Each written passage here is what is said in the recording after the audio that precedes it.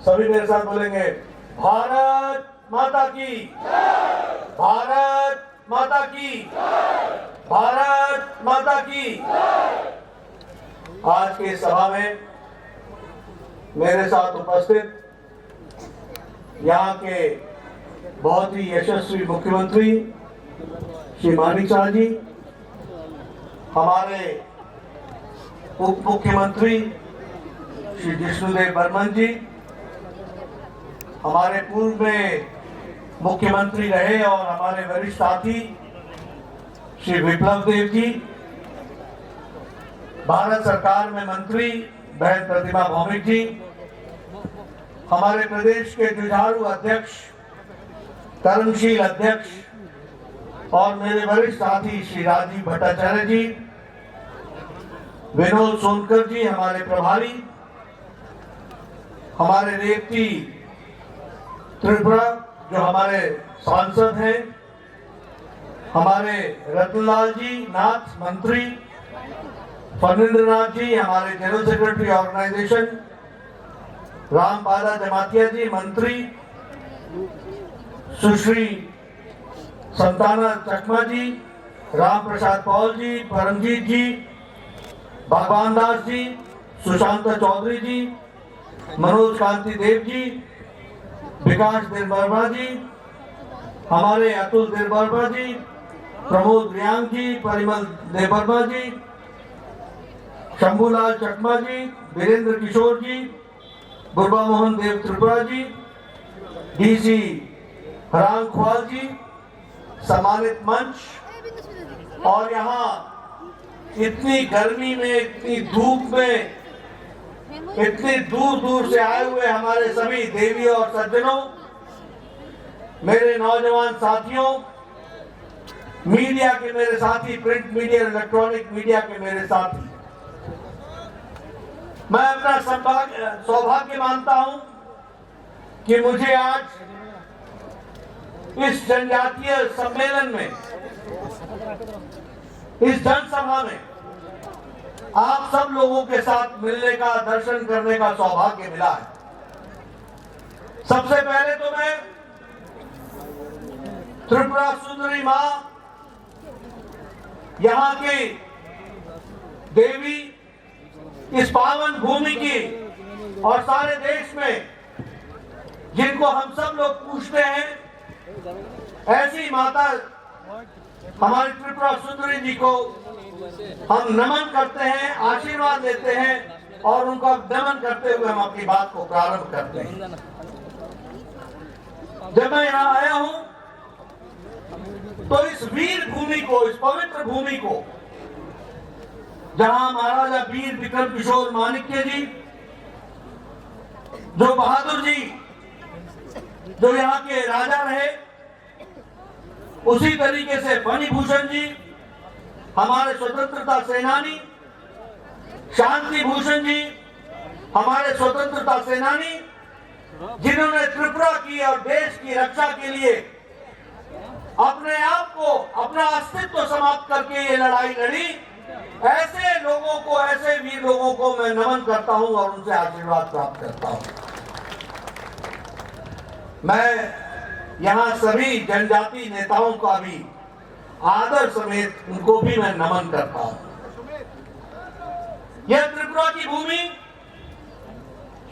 जो विभिन्न जनजातियों से, लगभग 19 समुदायों से, 19 जनजातियों से त्रिपुरा प्रदेश एक तरीके से खुशहाल आगे बढ़ने वाला, अपनी आकांक्षाओं को पूरा करते हुए आगे बढ़ने का, पहले विप्लव देव जी और मानिक शाह जी के नेतृत्व में यह प्रदेश आगे बढ़ने के लिए जो आगे बढ़ा है, ऐसी पवित्र भूमि को जहां मैं नमन करता हूं, वहीं मैं जनजातीय समुदाय को भी नमन करता हूं और आशीर्वाद लेकर के अपनी बात को प्रारंभ करता हूं। हम भील जनजाति, भूटिया जनजाति, चकमा जनजाति, गारो जनजाति, जमातिया जनजाति और सभी 19 जनजातियों को भूल नहीं सकते हैं, क्योंकि उन्होंने त्रिपुरा की संस्कृति के साथ साथ भारत की संस्कृति की रक्षा के लिए मुख्य धारा में शामिल होकर के इस प्रदेश को और इस देश को आगे बढ़ाने में अपना योगदान किया है। वैसे ही जब मैं जनजातीय समुदाय की बात करता हूं तो हम लोग एक खूबी जनजातीय समुदाय के बारे में जानते हैं कि वह उनका चाहे जनजाति हो, चाहे उनका इलाका हो, चाहे उनका गांव हो, ये आत्मनिर्भर समाज की कल्पना ये जनजातीय समाज की कल्पना से जुड़ा हुआ है। जहां जनजाति होती है वो आत्मनिर्भर होने के लिए अपने ही समुदाय के साथ आत्मनिर्भरता की ओर बढ़ने का प्रयास करती है।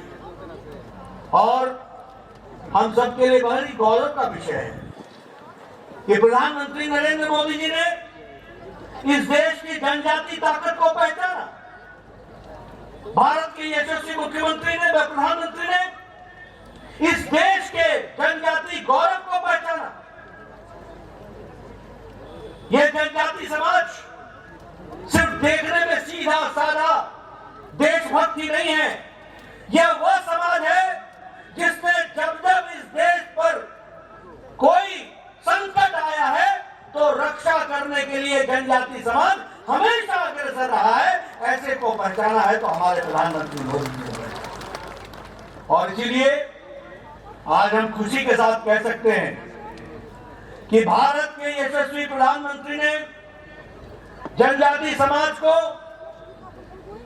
अमृतकाल के अवसर में 75 साल की आजादी के पश्चात भारत के सर्वोच्च पद पर अगर किसी को बैठाने का काम किया है तो वो जनजाति महिला आदरणीय श्रीमती द्रौपदी मुर्मू को वहां पर सुशोभित किया।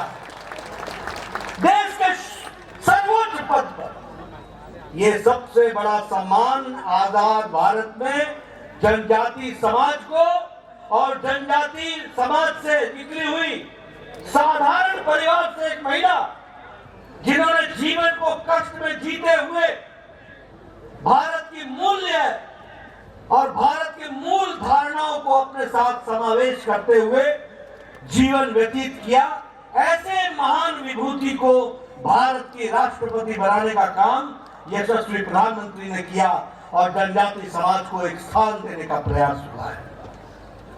उसी तरीके से मैं जब जनजाति समुदाय के साथियों से मिल रहा हूं तो मैं ये गौरव के साथ कह सकता हूं कि पहली बार भारत सरकार में इतना ज्यादा प्रतिनिधित्व सरकार में जनजाति समाज को दिया तो नरेंद्र मोदी जी ने दिया। आज एनडीए की सरकार में 8 ट्राइबल मिनिस्टर हैं और त्रिपुरा में 5 मंत्री ट्राइबल हैं और वो जनजाति समाज को रिप्रेजेंट करते हैं।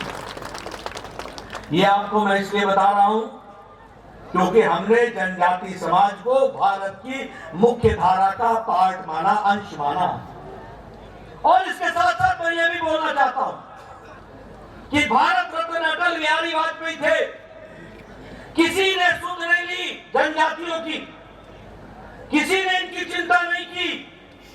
अगर ट्राइबल मिनिस्ट्री, अगर जनजाति मंत्रालय जनजाति भाइयों के विकास के लिए किसी ने भी स्थापित किया तो वो भारत के भारत रत्न अटल बिहारी वाजपेयी जी प्रधानमंत्री थे जिन्होंने इसकी चिंता की। और आज हमारे जनजाति क्षेत्र से संबंध रखने वाले आपकी तरह जमीन से निकले हुए अर्जुन मुंडा जी आज वो भी मंत्री के रूप में हम सब लोगों को जीवन में जनजाति समुदाय की चिंता कर रहे हैं।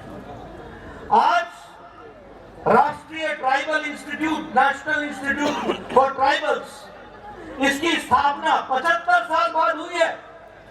यानी 75 साल में किसी सरकार को यह नहीं लगा कि नेशनल ट्राइबल इंस्टीट्यूट खुलना चाहिए, ये खोलने का काम भी किया तो वह मोदी जी ने किया और अमित शाह ने उसका उद्घाटन करके वह भी समर्पित किया है। ये भी हमको ध्यान रखना चाहिए। अगर मैं बात करूं आज दिन तक जनजाति गौरव दिवस ही नहीं मनाया जाता था। जनजाति गौरव दिवस के बारे में कोई चिंता ही नहीं करता था।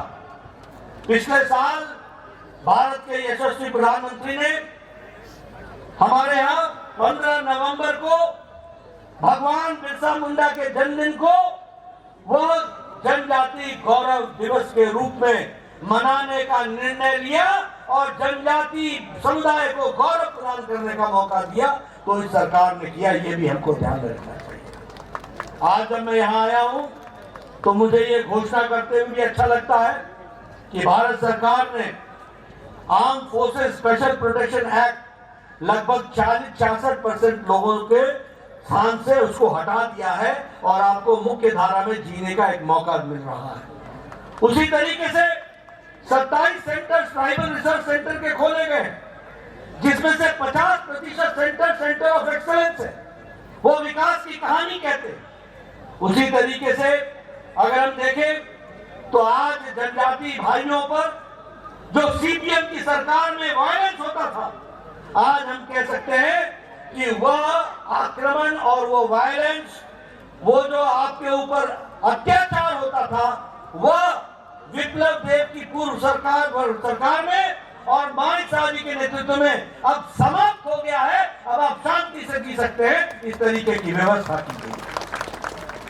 इसी तरीके से वामपंथियों के द्वारा जो गुंडागर्दी चलती थी, आप लोगों को तंग किया जाता था, उसको भी समाप्त करने का काम इस सरकार ने किया है। उसी तरीके से एकलव्य स्कूल, जिसमें 270 करोड़ रुपए यूपीए की सरकार खर्च करती थी, आज 1400 करोड़ रुपए भारत सरकार खर्च कर रही है और एकलव्य स्कूल को आगे बढ़ा रही है। ट्राइबल स्टूडेंट पर एक एक्सपेंडिचर जहां 11,000 करोड़ रुपए था, मैं पत्रकार मित्रों से कहूंगा कि नोट कर लें, आज उन पर 42,000 करोड़ रुपए खर्च हो रहा है। अगर मैं स्कॉलरशिप की बात करूं तो जनजाति भाइयों को 970 करोड़ रुपए का स्कॉलरशिप मिलता था, आज 2,500 करोड़ रुपए का स्कॉलरशिप मिल रहा है। जनजातीय उपयोजना जो 21,000 करोड़ की थी, वो आज 86,000 करोड़ रुपए हो गई है। जल जीवन मिशन में अगर 6.5 करोड़ लोगों को पानी दिया जा रहा है, तो 1 करोड़ 20 लाख जनजाति लोग हैं जिनको पानी जल का व्यवस्था की जा रही है। ये भी हमको ध्यान रखना चाहिए। आयुष्मान भारत में जहां 11 करोड़ परिवार को स्वास्थ्य की सुविधा मिल रही है, तो उसी 11 करोड़ में 50 लाख परिवार आदिवासी भाई हैं। ये भी हमको ध्यान रखना है। प्रधानमंत्री आवास योजना में अगर 1 करोड़ 70 लाख आवास आते हैं त्रिपुरा में, तो उसमें से 40 लाख आवास यहाँ पर हम जनजाति भाइयों को दे रहे हैं। किसान सम्मान निधि में अगर 11 करोड़ रुपए दिए जाते हैं, तो उस 11 करोड़ रुपए में 3 करोड़ लोग किसान सम्मान निधि में, किसान जो है वो आदिवासी हैं देश भर में। ये भी हमको ध्यान में रखना है। मित्रों, जल, जंगल, जमीन, स्वास्थ्य, शिक्षा, परंपरा, इसकी चिंता अगर किसी ने की है तो वो मोदी जी की सरकार ने की है। आज जनजाति के गौरव को बचाने के लिए जो जनजाति लोगों ने देश के लिए अपना योगदान किया है, उसको एक तरीके से म्यूजियम के रूप में स्थापित करने का काम किया है। काशी गारो आंदोलन, बीजू आंदोलन, कौल आंदोलन, मणिपुर आंदोलन, दुर्गावती आंदोलन और रानी कमलावती का जो सैक्रिफाइस था, उनका जो योगदान था, इस पर म्यूजियम बना करके इसको भी काम में लाने का काम किया, तो वह हमारी सरकार ने किया। मित्रों, अगर हम सीपीएम की सरकार की बात करें तो उन्होंने 25 साल में जनजातियों को हमेशा उपेक्षा की दृष्टि से देखा और ये महाराजा वीर विक्रम किशोर माणिक्य जी, बहादुर जी, इनके बारे में भी अगर कोई नेशनल एयरपोर्ट बना करके उनको इज्जत देने का काम किया, तो वो भी प्रधानमंत्री मोदी जी ने किया है। ये भी हमको याद रखना है। और 450 करोड़ रुपए खर्च करके नेशनल म्यूजियम बना, नेशनल एयरपोर्ट बनाया गया। उसी तरीके से अगर हम देखें तो चाहे वो थंगा डारलोंग हो, चाहे वो बेनीचंद जमातिया जी हो, चाहे वो बॉल म्यूजिक हो, और फिर चाहे वो बांसुरी हो, पद्मश्री देकर के जनजाति भाई को मुख्य धारा में काम करने का काम किया तो प्रधानमंत्री मोदी जी ने किया। इसलिए मित्रों, मैं एक लंबी गाथा आपके सामने रख सकता हूं। जनजाति का विकास का नाम है तो उसका दूसरा नाम भारतीय जनता पार्टी है। जनजातियों के विकास का अगर दूसरा नाम है तो वो भारत के यशस्वी प्रधानमंत्री नरेंद्र मोदी हैं। इस बात को आपको समझना चाहिए। आप बताइए, आपके इलाके में सीपीएम के दौरान वायलेंस होता था कि नहीं होता था? अत्याचार होता था कि नहीं होता था? बताइए, अत्याचार होता था कि नहीं होता था? कानून व्यवस्था खतरा दिखाया जाता था कि नहीं दिखाया जाता था? आज आपको शांति से जीने का अधिकार मिला कि नहीं मिला? आप बताइए, विप्लव देव ने आपका विकास किया कि नहीं किया? आप बताइए, मानिक साहब का विकास कर रहे हैं कि नहीं कर रहे हैं?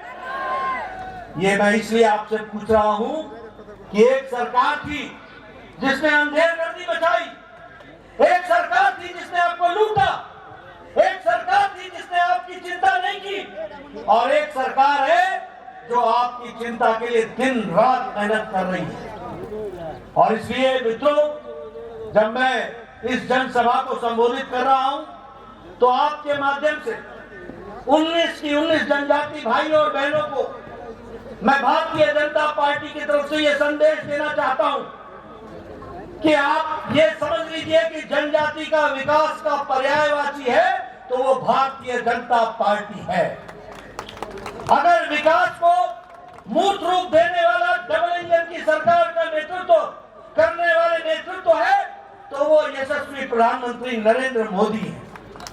और उसी तरीके से यहां पर आपको डबल इंजन सरकार की प्रसाद को आप तक पहुंचाने का काम अगर कोई कर रहा है तो मानिक शाह, राजीव भट्टाचार्य, जिष्णुदेव, विप्लव देव और ये तमाम मंच पर बैठे हुए लोग आप तक उसको पहुंचाने का काम कर रहे हैं। इस बात को भी हमको ध्यान में रखना चाहिए। इसलिए इस धूप में आपका ज्यादा समय न लेता हुआ, मैं समझ सकता हूं कि आप कितने कष्ट में हैं।